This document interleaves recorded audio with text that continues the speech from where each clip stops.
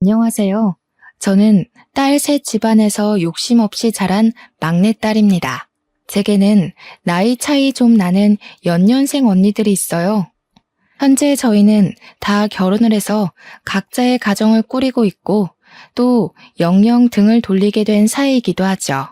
그래도 저희 가족은 다른 문제 있는 가족과 달리 나름 말썽 없이 잘 지내온 사이라고 생각했는데 사람 일은 정말로 모르는 거더라고요. 이미 각자 다른 가정이 생긴 시점에서 남보다도 못한 사이가 될 줄 누가 알았겠습니까? 언니들 집안과 연락을 안 하고 지낸 지 좀 되긴 했는데 그동안은 이사한다고 정신없이 지냈고 지금에서야 마음의 여유를 겨우 찾았거든요. 그래서 사연을 한번 써보려고 컴퓨터를 들락날락 했었네요. 제 이야기도 이런 곳에 올라갈 수 있는지는 모르겠습니다. 만약 유명한 곳이라면 어디선가 언니네 식구들이 들을 수도 있겠죠? 솔직히 제발 언니들 귀에 들어갔으면 좋겠다는 생각도 듭니다. 그렇다면 언니들도 자기네들이 그동안 어떤 사람으로 보였는지 깨우치고 반성할 테니까요. 반성할 거란 기대마저 제가 너무 많이 바라는 것일지도 모르겠네요. 지금부터 제가 하고자 하는 얘기를 들려드릴게요. 저의 집이 딸 셋만 있는 집안이라고 했지 않습니까? 저는 귀한 딸 셋 중에서 가장 빨리 결혼을 했고 또 가장 어려운 형편을 살고 있는 자식이기도 했습니다. 저보다 7, 8살 많은 큰언니와 작은언니는 연년생이었고 제가 태어나고 자라는 동안 둘은 이미 단짝 친구처럼 쿵짝이 잘 맞는 자매로 똘똘 뭉쳐 있었어요. 그렇다고 언니들이 제게 못살게 굴었다는 건 아니고요. 그냥 저한테 딱히 관심을 두지 않았어요. 그럴 만도 했죠. 언니 둘은 연년생이다 보니 서로 학교도 같이 다니고 사춘기도 같이 겪고 고민도 비슷했을 거 아니에요. 언니들이 걸어갔던 길을 다시 반복하고 있는 저는 언니들에게 항상 관심 받기였습니다. 그래도 제가 공부나 고민이 있으면 조언을 해주기도 했어요. 하지만 언니들과의 대화는 그 정도가 다였죠. 그럴 수밖에 없다는 걸 이해하기 때문에 저는 언니들에게 서운한 것도 딱히 없었습니다. 부모님 두 분도 언니들 신경 쓰느라 제게 크게 신경을 두지 않아서 저는 혼난 기억도 거의 없거든요. 처음부터 그런 환경에서 컸던지라 제가 이렇게 지내는 건 그저 당연하다고만 생각했어요. 가족의 무관심도 익숙해질 수 있는 요인인지 저조차도 몰랐네요. 제가 욕심 없이 큰 것에 비해 큰언니, 작은언니는 저와 다르게 학창 시절부터 실리를 좀 많이 따지는 사람이었습니다. 저는 언니들이 차려놓은 밥상에 숟가락을 얹던 사람이었다 보니 언니들이 장학금을 받거나 상을 타오는 걸 축하만 해줬지 정작 저는 그런 걸 욕심부려 도전해봐야겠다고 생각한 적이 없었어요. 두 언니들이 학교에서 수상을 잘해오면 부모님이 저희 자매를 데리고 외식을 했는데 이처럼 저는 가만히 있어도 맛있는 걸 먹을 수 있었고 가만히 있어도 용돈이 주어졌으니 아마 제가 더 욕심 없이 컸을 수도 있습니다. 제 생각에도 언니들과 제가 가무 아래서 자랐는데 이렇게 다른 성향을 띨 수 있나 싶어 신기했어요. 저는 가족의 관심 말고는 뭐 하나 부족한 것 없이 컸다 보니까 돈에도 욕심이 없는 사람이었거든요. 그런데 언니들은 좀 달랐어요. 부모님과 외식하는 걸 좋아하는 저와 다르게 부모님이 주는 용돈에 집착을 많이 했었죠. 그리고 대학을 가면서 독립을 시작했을 때는 하고 싶은 쪽으로 전공을 선택하기보다는 돈이 되는 전공으로 진학까지 했어요. 그러면서 언니들은 제게도 한 번씩 조언을 해주었는데 돈 없으면 아무것도 못하는 게 이 세상이라고 부모님 꼴을 보라는 식으로 얘기를 했던 기억이 납니다. 언니들이 대학을 갔을 때 저는 언니들이 인식하는 부모님은 어떤 존재인지 알 수 있었어요. 언니들은 저희 집안의 형편을 굉장히 탐탁지 않게 보고 있었습니다. 자기네들이 잘난 부모님만 만났어도 진작에 하고 싶은 일 하면서 유학도 가고 스스로에게 투자도 많이 했을 거라고 하더군요. 언니들이 그렇게 생각할 수밖에 없었던 건 말 그대로 저희 집 형편이 그저 그런 게 맞긴 했어요. 언니들이 하고 싶어 하는 일을 지원해 주기엔 저희 집이 그만한 여유는 못 되었다는 겁니다. 언니들이 장학금을 받아올 때마다 부모님이 칭찬을 했던 것도 다 형편이 넉넉지 않았기 때문이었어요. 그럼에도 제가 부족한 것 없이 자랐다고 말했던 이유는 저는 언니들과 달리 욕심이 없는 사람이었으니까요. 부모님께 바라는 것도 없고 조르는 것도 없어서 부모님이 제게 쓰는 돈은 언니들에 비해 많이 안 들었기에 제가 웬만큼 누리고 살았던 겁니다. 언니들이 손해보는 것 싫어하고 특히 돈을 좋아한다는 건 어릴 때부터 알고 있었습니다. 하지만 그냥 그런 줄로만 알았어요. 부모님을 한심한 눈으로 보고 있을 줄은 전혀 몰랐습니다. 언니들이 독립하기 전 집을 떠날 때 그런 말을 하더군요. 공부 아무리 열심히 해도 저렇게밖에 못 산다고. 부모님처럼 개고생하며 살고 싶은 게 아니면 돈 많은 남자 잡거나 돈 잘 버는 곳에 뛰어들라고 말입니다. 그런데 그 중에 모순이었던 건 뭔 줄 아십니까? 그렇게 떠나는 언니들 손에는 부모님이 언니들한테 용돈하라고 쥐어준 통장이 있었다는 거예요. 언니들이 독립하던 당시 저는 고작 중학생이었습니다. 저는 언니들이 부모님을 욕하면서도 부모님의 도움을 거절하지 않는 게 이해되지 않았어요. 아빠는 저희가 너무 어릴 때 집을 나갔는데요. 서울 외곽에서 공장 돌리며 돈을 벌고 있었는데 공장이 워낙 바쁘다 보니 우리를 들여다볼 시간이 많이 없었거든요. 그래서 외식도 아빠가 돈을 보내줬기 때문에 하는 거였어요. 당연히 그렇게 잘 커가면서도 아빠 얼굴은 잘 못 봤습니다. 아마 제가 아빠를 마지막으로 봤던 때가 초등학생 때였을 겁니다. 아빠한테서 전화는 매일 오는데 그때마다 아빠는 언니들 안부를 좀 많이 물어봤어요. 아무래도 먼저 사회로 발딛는 자식들이 언니들이었으니까 걱정되는 마음에 그랬겠죠. 언니들은 둘만 있을 때 아빠 욕을 하다가도 아빠한테 전화가 오면 그렇게 좋아합니다. 아빠한테 애교를 부리면 용돈을 주거든요. 어쨌든 아빠가 저희에게 생활비를 꾸준히 보내주는 덕에 저희 자매는 저까지 포함해서 무사히 대학을 갈 수 있었던 거예요. 언니들이 지나치게 현실적이라서 괜히 문제를 일으킬 수 있다고 생각하실 수 있는데 사실은 그 반대였어요. 분란을 일으키는 사람은 늘 저였다는 겁니다. 언니들이 성적과 상금에 치열하게 도전할 때 저는 욕심이 너무 없어서 늘 친구들과 놀이터에서 놀았고 문방구에서 군것질을 했었거든요. 그럼에도 엄마는 제가 건강하게 자라주는 것만으로도 충분하다고 그리 간섭을 크게 하지 않았고 그래서 제가 언니들과 달리 마음 편하게 성장했던 것도 있습니다. 그런데 너무 마음이 해이했기 때문일까요? 사회가 얼마나 무서운지도 모르고 제가 덜컥 임신을 해버렸지 뭡니까? 네, 사고 친 거였어요. 대학 들어가고 남자친구가 생겼는데 그만 술 먹고 실수를 해버린 거죠. 당시만 해도 언니들도 아직 결혼 안 하고 빠르게 승진하면서 커리어를 쌓고 있던 때였거든요. 그런데 뭣도 아닌 제가 대학 졸업도 안 한 학생 신분으로 큰 사고를 친 거였어요. 그 때문에 처음으로 저희 집안에선 저 때문에 떠들썩했습니다. 제가 공부 안 하는 철부지였다고는 하지만 그렇게 막 부모님 등골 빼먹을 정도로 일탈을 한 적은 없었거든요. 그냥 위태롭게 줄타기를 하고 있었을 뿐인데 결국 제 길을 제대로 시작해보기도 전에 그 줄에서 떨어져 버린 셈이 된 거였어요. 그땐 아빠까지 집으로 와서 엄마랑 둘이 저를 많이 혼냈습니다.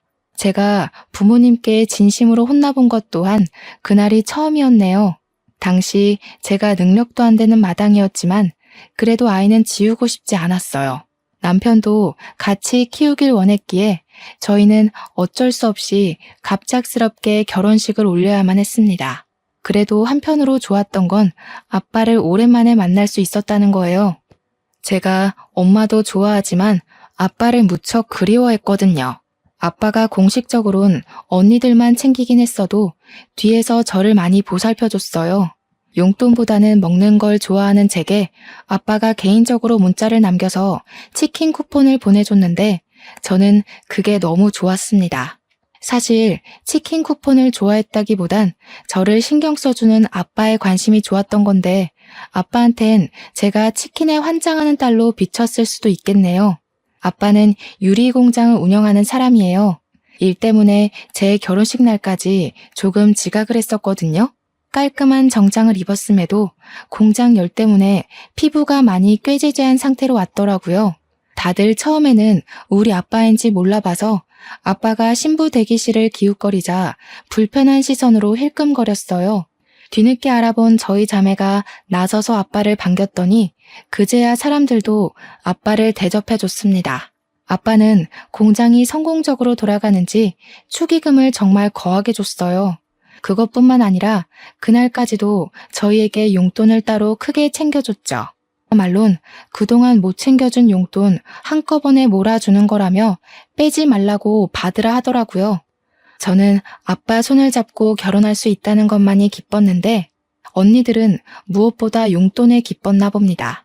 받자마자 뒤돌아서 금액이 똑같이 들었는지 확인하더라고요.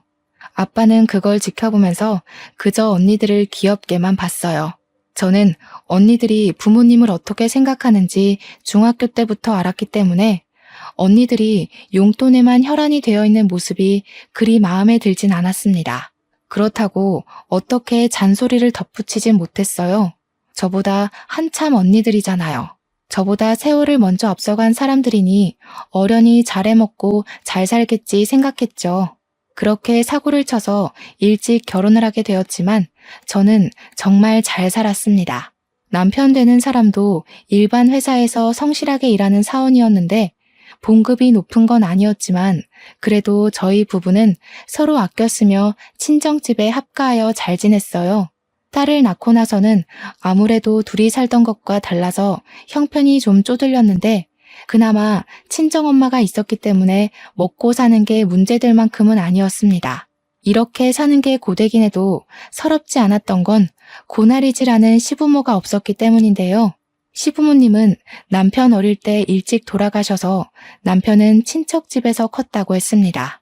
저보다 남편이 더 결혼을 하고 싶어 했는데 그 이유는 남편 말로는 결혼을 하면 친척집에서 완전히 독립할 수 있었고 그립던 가족이 돌아온 것 같다고 했어요.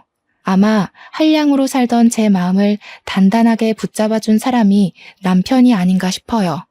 부모님이랑 언니들도 저에게 이렇게까지 가정에 대한 책임감을 갖도록 만들어주진 못했는데 남편의 진심을 통해서 저는 아이와 남편에게 최선을 다하는 가족이 될 거라고 다짐했거든요. 그래서 남편만 벌이를 해오는 것이 마음 불편했어요. 아무래도 애를 키우려면 남편 혼자서 경제 부담하는 건 힘들 테니 저도 일을 하고 싶더라고요. 하지만 문제가 뭔지 다들 아시죠? 아이를 봐줄 사람이 필요하다는 거요. 친정엄마한테 감히 부탁하기 미안해서 며칠간 좋은 방법만을 고민하고 있던 차였어요. 아무래도 제 얼굴에서 티가 났나 보더라고요. 친정엄마가 제 고민을 알고 저더러 일 나가봐도 된다고 흔쾌히 제안해 주었습니다. 엄마가 딸 셋을 키운 사람이야. 손녀 하나 보는 거 힘들겠어?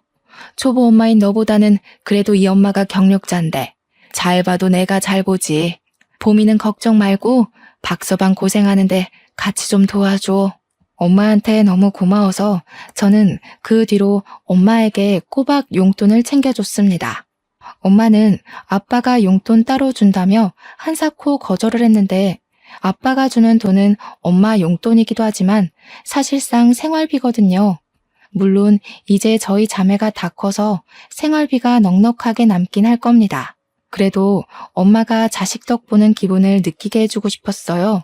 언니들은 부모님 결혼 기념일이나 생신, 명절 등등 기념일이 아니면 딱히 용돈을 주진 않았거든요. 아빠는 제 결혼식 이후 또다시 잘 보지 못하고 있었는데 언니 둘이 차례대로 시집을 갈 때쯤 아빠를 또 볼 수 있었습니다.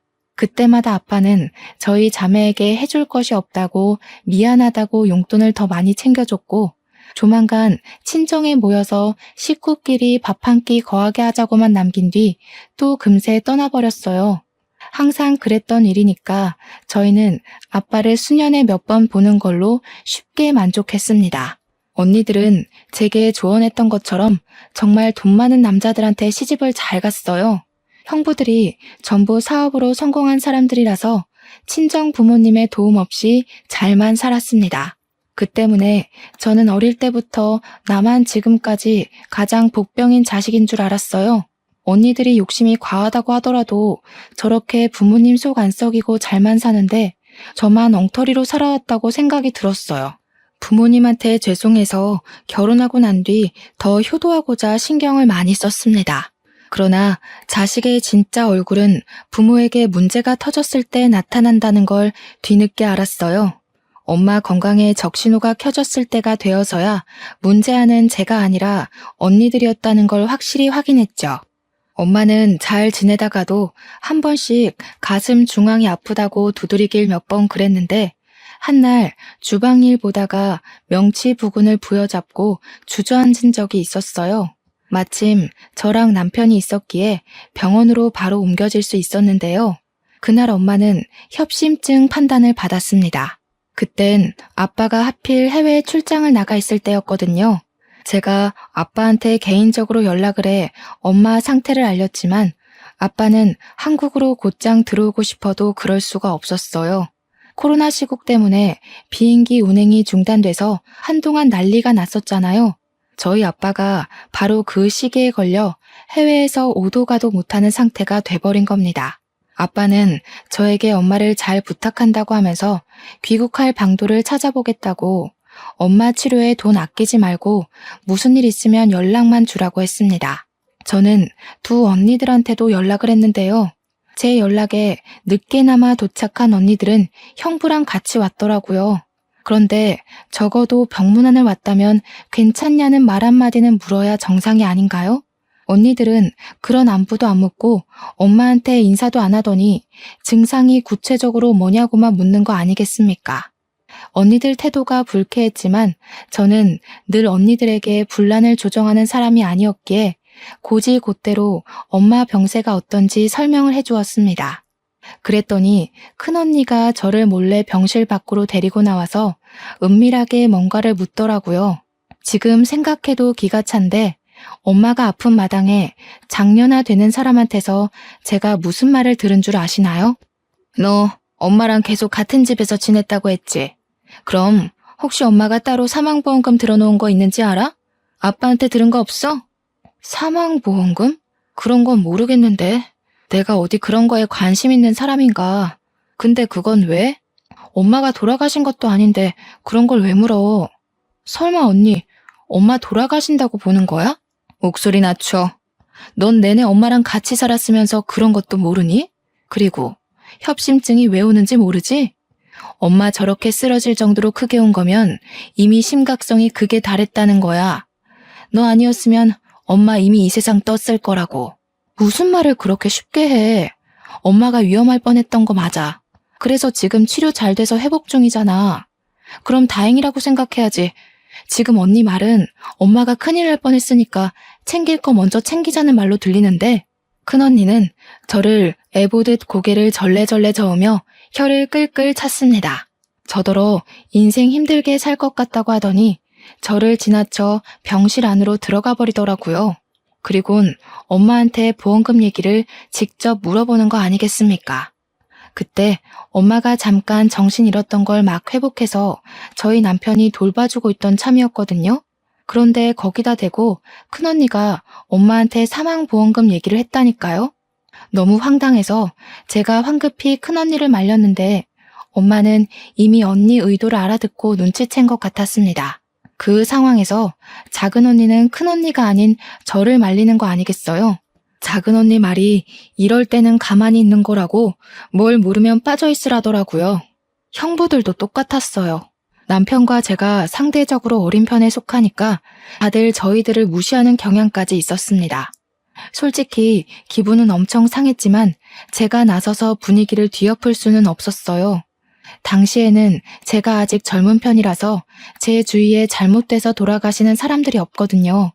그렇다 보니 원래 사람이 잘못되면 사망보험금 같은 걸 제대로 따지는 게 맞는 건가 싶어서 살짝 긴가민가 했기 때문입니다.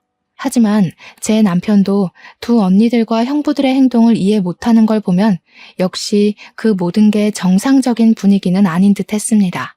저는 그날로 언니들에게 정이 많이 떨어졌어요. 차라리 언니들한테 연락하지 말 걸 후회도 했고 앞으로는 연락이나 안부를 넣지 말아야겠다고 다짐도 했죠. 엄마는 입원이 불가피할 정도의 상태였기 때문에 치료를 위해서 입원을 해야만 했습니다. 저는 엄마를 간병도 해야 되고 아이도 봐야 해서 어쩔 수 없이 일을 그만둬야 했어요. 최대한 제가 엄마 옆에 있을 거지만 그래도 아직 우리 딸이 아기다 보니까 아이를 하루 종일 병원에 둘 수 없잖아요. 엄마도 아이 때문에 마음이 불편하다고 해서 저는 할 수 없이 언니들한테 연락을 해야 했습니다. 웬만하면 언니들한테 엄마를 부탁하고 싶진 않았는데 간병인에 돈 쓰지 말라는 엄마 말 때문에 다른 방법이 없어서 결국 연락했어요. 같이 서울에 있는 언니들한테 전화해서 순번 돌아가며 엄마를 간병하자고 했습니다. 형부들 믿고 주부로만 놀고 먹던 언니들은 흔쾌히 알겠다고 하더라고요. 사람 속이 그리 쉽게 변하는 게 아닌데 언니들이 쉽게 수긍하는 바람에 제가 아주 잠시 언니들에게 기대를 했었네요. 언니들은 병실에 와서 엄마 얼굴 한번 보고 휴대폰만 하다가 1시간 만에 쌩 돌아가 버리곤 했대요. 이 사실도 엄마가 얼렁뚱땅 말해줘서 심증만 있었는데 우연찮게 제가 병실 들릴 일이 있어서 갔다가 직접 언니들의 나태를 목격했습니다. 그때 제가 작은 언니를 붙잡고 어디 가냐고 물어봤던 걸로 기억나요. 저녁 먹는 시간까지 엄마 곁에 있어줘야 하는데 언니가 오후 2, 3시쯤 병실을 나가더라고요. 제가 붙잡았을 때는 당황하기는커녕 오히려 뻔뻔하게 저더러 잘 왔다고 엄마 좀 봐달라는 거 있죠. 형부들 사업 도와야 된다고 길게 자리를 비울 수 없다네요. 학교 다닐 때는 부모님한테 그렇게 칭찬받으려고 악착같이 상 받아오고 상금 타오던 언니들이 이제 자기들만의 목표를 달성했다고 생각한 건지 돈 많은 형부들에게 시집가고부터는 거의 친정의 발길을 끈다시피 살았어요. 엄마 간병하는 것만 봐도 자식 같지도 않았다니까요. 제 자식들도 아닌데 보면 제가 다 서운하더라고요. 참다 못한 제가 홧김에 엄마한테 언니들 욕을 하면 엄마는 그저 괜찮다면서 요즘 사람들 바쁜 거 모르냐고 다 포용하는 거 아니겠습니까? 부모님이 가만히 계신데 제가 괜히 나서서 뭐 하겠어요? 언니들처럼 배경 좋은 집에 시집을 간 것도 아니고 함부로 누굴 덤빌 만큼 돈이 있는 것도 아닌걸요. 저는 언니들 간병 태도를 알고 나선 언니들에게 오지 말라고 했습니다. 언니들이 얼씨구나 좋아하더군요. 그리곤 엄마 간병은 오로지 저 혼자 해냈어요. 남편 퇴근할 때까지만 제가 아이를 보고 있다가 남편이 오면 병원에 들려 아이를 데려가는 걸로 했습니다. 그렇게 저는 밤늦게까지 엄마 옆에 있다가 아침 일찍 다시 병원으로 출근을 하길 반복했어요. 언니들이 가끔 엄마 어떠냐고 문자가 왔는데 언니들한테 여전히 화가 났지만 그 분을 삭히면서 최대한 엄마 앞에서는 괜찮은 척을 했습니다. 그렇게 1달 정도가 지났을 겁니다. 병원 치료 덕분에 회복이 빨리 되고 있는 줄 알았던 엄마는 급작스레 찾아온 가슴 통증을 호소하다가 급하게 수술실로 실려갔어요. 하필 새벽이었던지라 저와 남편이 자다 일어나서 애를 안고 병원을 뛰어갔었거든요. 그런데 그게 엄마와의 마지막 모습이 될 줄은 꿈에도 몰랐어요. 저에겐 살아온 인생들 중 가장 힘들었던 날이기도 했고 최대의 고비였다고도 말할 수 있어요. 그때만 해도 아빠는 당연히 코로나 때문에 한국에 오질 못하는 상황이었습니다. 아빠한테 이 사실을 어떻게 알려야 하나 그것도 저에겐 곤욕이었어요. 그렇게 갑자기 이별을 하게 될 줄 알았다면 엄마 옆에서 살걸. 엄마 옆에 붙어서 떨어지지 말걸. 모든 게 후회되고 그저 저 때문에 엄마가 돌아가신 것 같아서 괴로웠습니다. 엄마의 마지막 웃는 모습이 자꾸 마음속에 아른거려서 한동안 쉽게 일어나질 못했어요. 제 아이도 제대로 살피지 못했을 정도로 빈소에서 내내 무너져 있는데 이 상황에서 제 심기에 거슬렸던 건 역시나 제 친언니들이었습니다. 언니들 둘은 엄마가 돌아가셨는데도 눈물 한 방울 흘리지 않더군요. 제가 전화를 할 정신이 없어서 남편이 언니들한테 연락을 했었는데 남편 말로는 언니들이 놀라는 기색은 있었지만 금세 그럴 것 같았다는 반응이었대요. 그 소리를 전해 듣는데 무척 화가 나더라고요. 심지어 언니들이 조무객 드릴 떡을 먹으며 떠들다가 엄마 사진 앞에 앉아있는 저한테까지 와서 엉뚱한 소리를 해댔습니다. 지금 너 살고 있는 집 명의 엄마 거 맞니? 내가 사망보험금은 따로 알아봤는데 수익자가 아빠 이름으로 돼 있더라고. 왜 그렇게 해놨는지 몰라. 다른 집 부모님들은 항상 자식 생각 먼저라던데. 우리 부모님은 돈에 대해선 꽁꽁 숨기려 해서 탈이야. 엄마가 돌아가신 날이었습니다. 눈앞에는 엄마가 웃고 있는 영정사진이 있었고요. 그 앞에서 울고 있는 제게 이런 말을 해대는 언니들을 이해할 수 있으신가요? 어떻게 친자식이라는 사람들이 엄마가 돌아가셨는데 재산만 따질 수가 있죠? 그때부턴 언니들에게 화가 나는 걸 떠나서 언니들이 정말 사람처럼 안 보이더라고요. 그날은 매번 가정 불화를 피했던 제가 난생 처음으로 언니들한테 대든 날이기도 했습니다. 지금 모르는 사람이 돌아가셨어? 우리 엄마가 돌아가신 거야.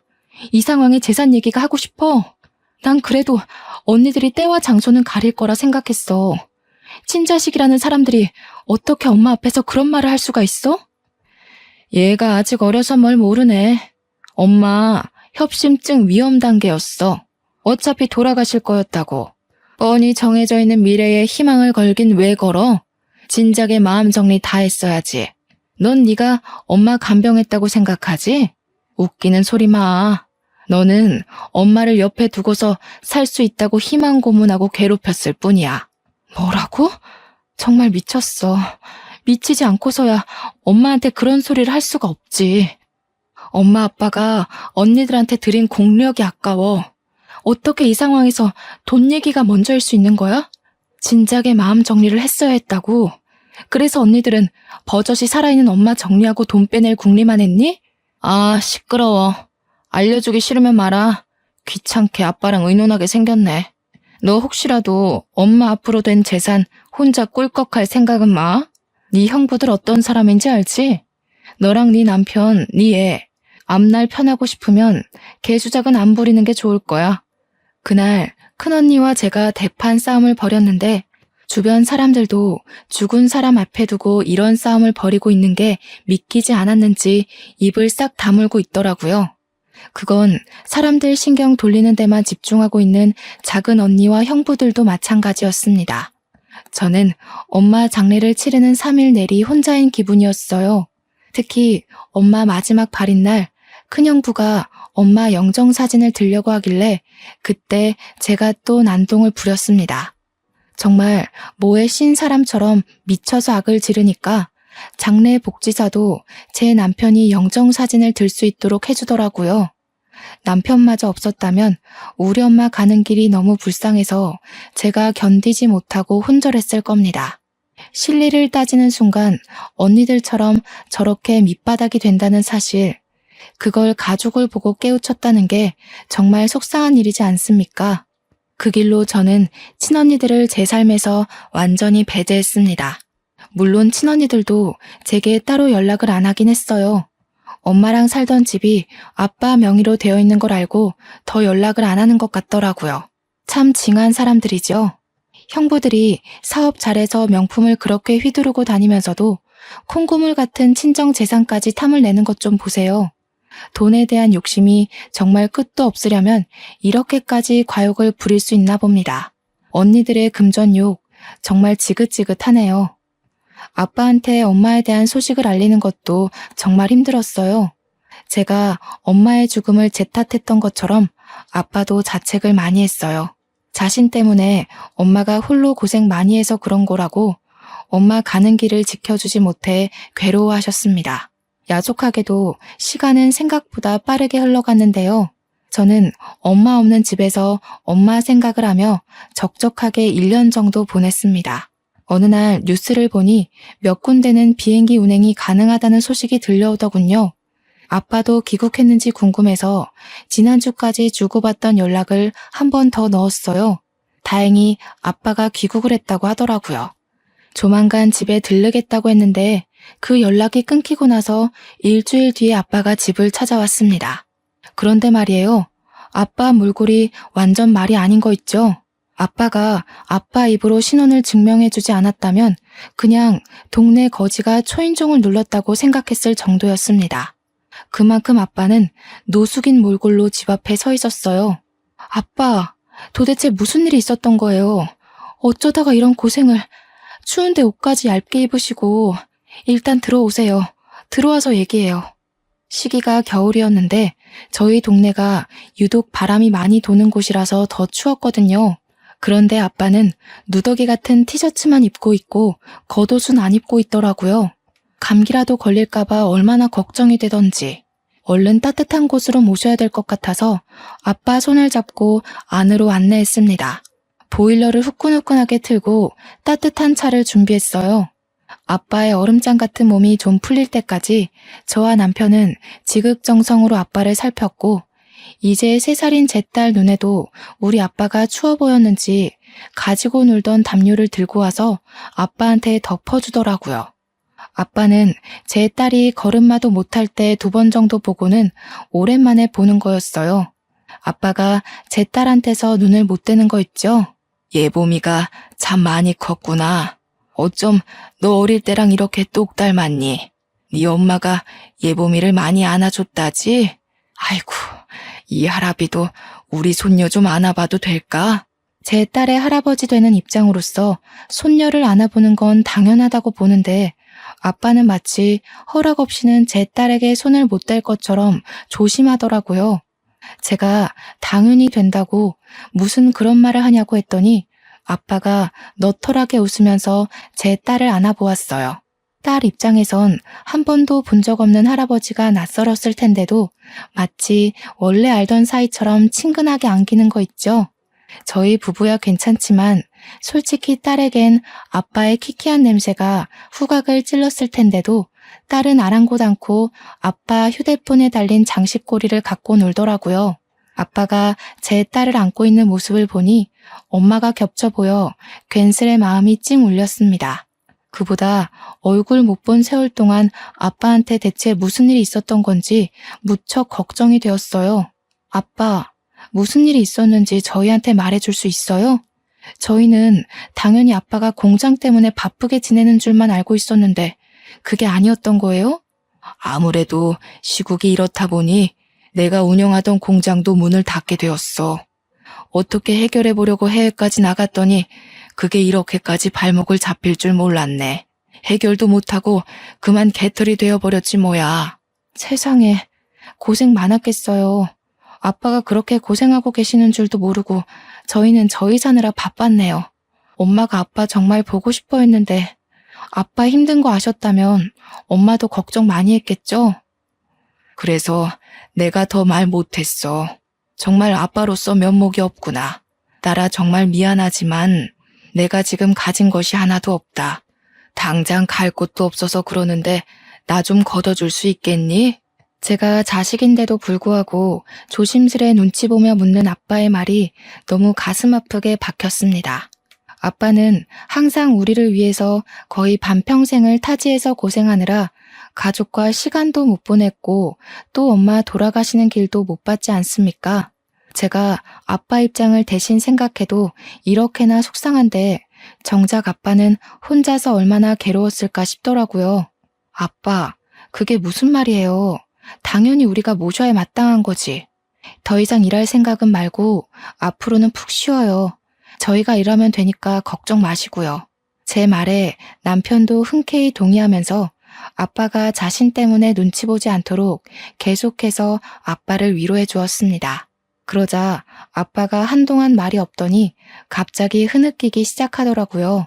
딸이 아빠 얼굴에 손을 깔짝깔짝 대면서 눈물을 닦아주었고 남편은 얼른 휴지를 가져와서 아빠한테 드렸어요. 아빠는 남편에게 고맙다고 하면서 뒤이어 갑자기 눈물을 보인 이유를 말해주었는데요. 그 사실이 제 인생을 바꿨고 당혹스러운 충격을 안겨주었습니다. 내가 너희 집에 오기 전에 하루 이틀 간격으로 큰애랑 둘째 집에 들렀다가 왔다.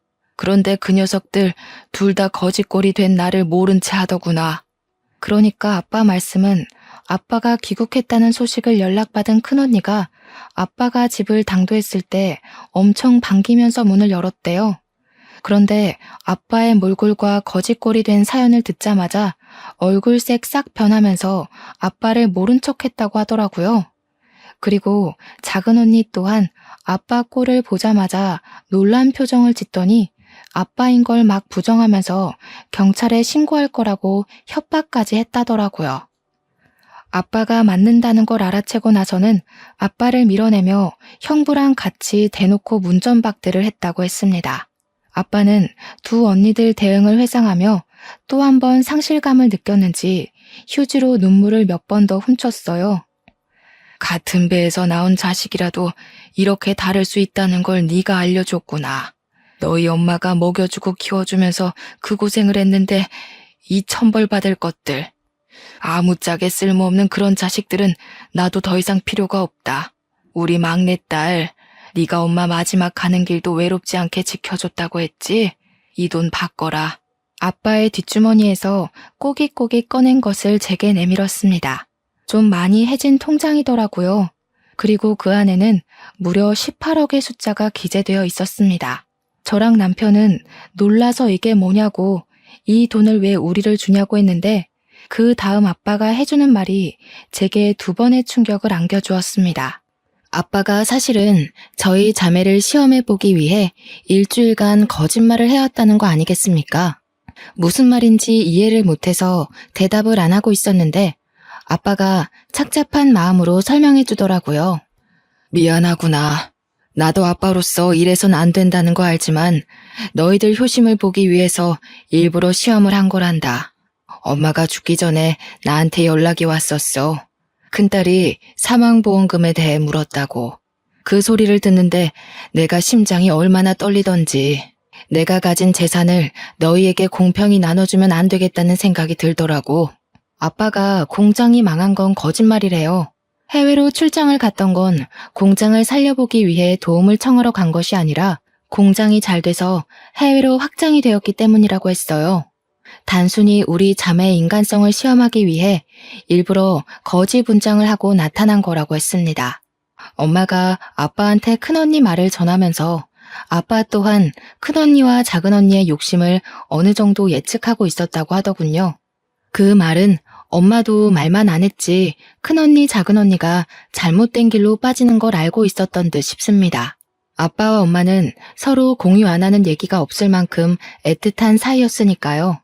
아빠는 그래도 친자식이니까 마지막 기회를 주고자 큰언니 작은언니에게 거짓골을 보였던 건데 언니들이 돈 한 푼 없는 자신을 내팽겨치는 걸 보고 그만 언니들에게 정까지 뗐다고 했습니다.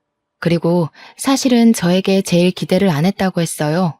제가 잘 못 살고 있다는 걸 아빠가 알고 있었다고 하더라고요. 아마 엄마가 저희 부부와 같이 살면서 저희 부부 형편을 아빠한테 공유했겠죠.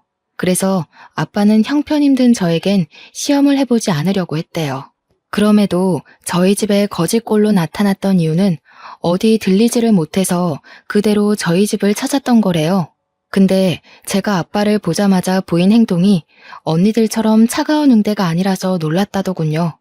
오히려 제가 자신의 더러운 손을 붙잡아주는 바람에 저에게도 슬쩍 시험을 해봤다고 했습니다. 제가 어려운 형편임에도 아빠의 신세를 기꺼이 받아준 것에 아빠가 감동을 해서 온 거라고 했어요. 그러면서 하는 말이 아빠가 모든 재산을 저에게 상속하겠대요. 제게 현금으로 준 18억 외에 공장 지분과 아파트, 그리고 다른 부동산 소유물까지 모두 저한테 주겠다고 했고 변호사까지 선임해서 유언장을 써놓을 예정이라 했습니다. 도대체 이게 무슨 일인지 너무 얼떨떨해서 아무 말도 못하고 있다가 일단은 아빠가 씻고 식사를 하는 게 좋을 것 같아서 남편이 나가서 소고기를 좀 사오고 저는 아빠의 목욕물을 받았습니다. 그날로 아빠는 우리랑 함께 지내게 되었어요. 아빠가 이제 공장에는 대신 관리해주는 부대표가 있어서 자신이 굳이 매일 방문 안 해도 된다고 하더라고요. 그래서 아빠는 주말에만 공장에 가보고 평일에는 우리 딸 어린이집 등 하원을 직접 맡아주시고 딸이랑 놀이터 데이트하면서 그동안 못 즐긴 여가 시간을 보냈어요. 저희는 이사를 가지도 않았습니다. 굳이 필요성을 못 느꼈어요. 아빠까지 네 식구 살기에 그 아파트가 좁은 게 아니었거든요. 웬만하면 엄마의 흔적이 묻어있는 이 집을 떠나고 싶지 않았어요. 그런데 어쩔 수 없이 저희를 뜨게 만든 일이 생기고 말았지 뭡니까. 아빠가 거지 분장을 했었단 사실과 재산 상속 사실을 뒤늦게 알게 된 큰언니와 작은언니가 저희 집을 찾아온 거 아니겠습니까? 형부들까지 다 들이닥쳐선 손녀랑 놀고 있는 아빠 앞으로 조르륵 무릎을 꿇더라고요. 아빠, 정말 너무하셨어요. 어떻게 저희랑 상의 한 번 안 하고 막내한테 전부 재산을 상속할 수가 있어요? 아빠가 상처받았다는 거 이해해요. 그래서 잘못했다고 비는 거니까 제발 상속 문제는 다시 의논해요. 네? 뭐가 잘못됐는지도 모르고 또 돈 문제로 유난이구나. 집안에 장녀가 이 모양이니 내가 어디 쪽팔려서 딸 셋이라고 자랑을 할 수가 있나. 너희한테 부모는 돈 없으면 내쫓고 돈 많으면 대접해주는 그런 존재냐? 난 더 이상 날 돈으로 보는 자식들 필요 없다. 이미 내 마음속에서 다 지워버렸어. 썩 나가. 듣자 하니 형부들도 그리 떵떵거리던 사업이 휘청 기울었나 보더라고요. 아빠가 화내실 만하지 않습니까? 큰언니랑 작은언니가 호소하면서 잘못했다고 빌긴 하는데 어째 호소하면 할수록 더 밉상인지 모르겠어요. 뒤에서 듣는 제가 다 기가 막히더라니까요. 형부들도 사업 자금이랑 빚 때문에 아빠 재산에 목숨 매며 도와달라고 고개를 쳐받고 있는데 그걸 보면서 언니들이 참 자기네들이랑 똑같이 돈에 미친 남자를 만났구나 싶었어요. 결국 아빠는 언니들 꼴 보기 싫다면서 상 좀 그만하고 방으로 쌩 들어가 버렸습니다. 언니들이랑 형부들은 한참 아빠 방 앞에서 얼쩡거리다가 이젠 저한테까지 아빠 좀 설득해달라고 부탁하고서 나갔어요. 그리고 저희는 아빠의 권유로 결국 큰언니, 작은언니네가 모를 곳으로 이사를 가게 되었습니다. 엄마와 추억이 깃든 곳을 두고 온 것이 마음에 걸렸지만 아빠가 엄마를 직접 보러 자주 가자고 해줘서 그 집을 놓아줄 수 있었네요. 이사간 곳은 아빠가 다니는 공장과 가까웠는데 그곳이 사실 남편 직장과는 거리가 좀 멀거든요. 그런데도 남편은 한마디 불평 안 하고 아빠가 선택한 집으로 이사를 했는데요. 아빠가 그쪽으로 이사간 이유가 다 있더라고요. 자네, 나랑 같이 공장 일 해보지 않겠나? 내가 이제 슬슬 건강에 신경 써야 될 나이잖아. 우리 딸이랑 같이 공장 인계 받으면 좋을 것 같은데. 어떤가? 예? 제가 어떻게 그 큰일을... 전 그리 그릇이 큰 사람 아닙니다, 장인어른. 혹시라도 제가 했다가 공장 잘못되면 저 책임질 능력도 못 돼요. 처음엔 남편이 공장 규모에 놀라서 대표 인계를 마다했는데 아빠가 성실함만 갖추고 있다면 누구나 할 수 있는 일이라고. 아빠가 본 사람들 중 제 남편이 제일 성실하다면서 용기를 주어서 그 제안을 받게 되었습니다. 남편은 아빠한테 너무 감사하다고 눈물을 흘렸어요. 현재 남편은 아빠와 같이 공장으로 출퇴근하면서 인수인계 받는 중입니다. 아빠는 정말 남편한테 공장 대표를 온전히 떠맡길 생각으로 정말 꼼꼼하게 가르치고 있어요. 남편이 힘든 내색 안 하고 잘 따라주는 게 얼마나 자랑스러운지 모릅니다. 저는 딸이 좀 더 크면 뒤이어 배워볼 생각이에요. 아마 이대로라면 자식이 2명, 3명 있더라도 무리 없이 키울 수 있을 여건이 될 것 같아요. 이게 다 저의 위대한 아빠 덕분이겠죠. 저희 자매 중 가장 가난했던 제가 한순간에 대박 부자가 된 셈이니 정말 남부럽지 않게 아이를 키워볼 생각입니다. 아빠도 손녀가 못하는 것 없이 다 누리며 크길 바라시더라고요. 그러면서 저보고도 과거에 형편 어려워서 못 해봤던 것들 다 해보라고 꼬박 용돈도 주시는 거 있죠. 모든 게 행복하고 좋은데 이런 자리에 엄마가 함께 있었다면 더 좋았겠다 싶어 아쉽지 뭐예요. 엄마도 하늘 위에서 저희처럼 마음 편히 즐기고 계실 거라 믿습니다. 그리고 언니들이랑 형부는 제가 몰라 그 동네 찾아가서 소식을 들었는데 아파트 살 능력이 못 돼서 어디로 이사를 간 것 같더라. 언니네 집 둘 다 우편함에는 밀린 관리비가 잔뜩 쌓여 있었어요. 그리고 작은 언니 우편함에는 상간녀 소송장까지 날라와 있었습니다. 아무래도 작은 형부가 망했다 보니 작은 언니가 다른 방편으로 불륜을 저질렀나 봐요. 정말 끝도 없는 밑바닥이네요. 아빠 말대로 저희가 같은 엄마 배에서 나온 게 맞나 싶습니다. 그나마 가족이기 때문에 이만큼 관계를 끌고 왔던 거지, 남이었다면 애초에 얼굴조차 마주할 일 없었을 사람이에요. 앞으로라도 길 가다가 마주치는 일 없었으면 좋겠습니다. 제 이야기는 여기까지예요. 가족인데도 불구하고 참 답 없는 사람들이죠. 남도 아니고 가족이 이런 꼴이면 진짜 많이 힘든 것 같아요. 청취자분들 주위에는 이런 위험한 인물들이 없었으면 좋겠네요. 그만 인사드리겠습니다. 들어주셔서 감사해요.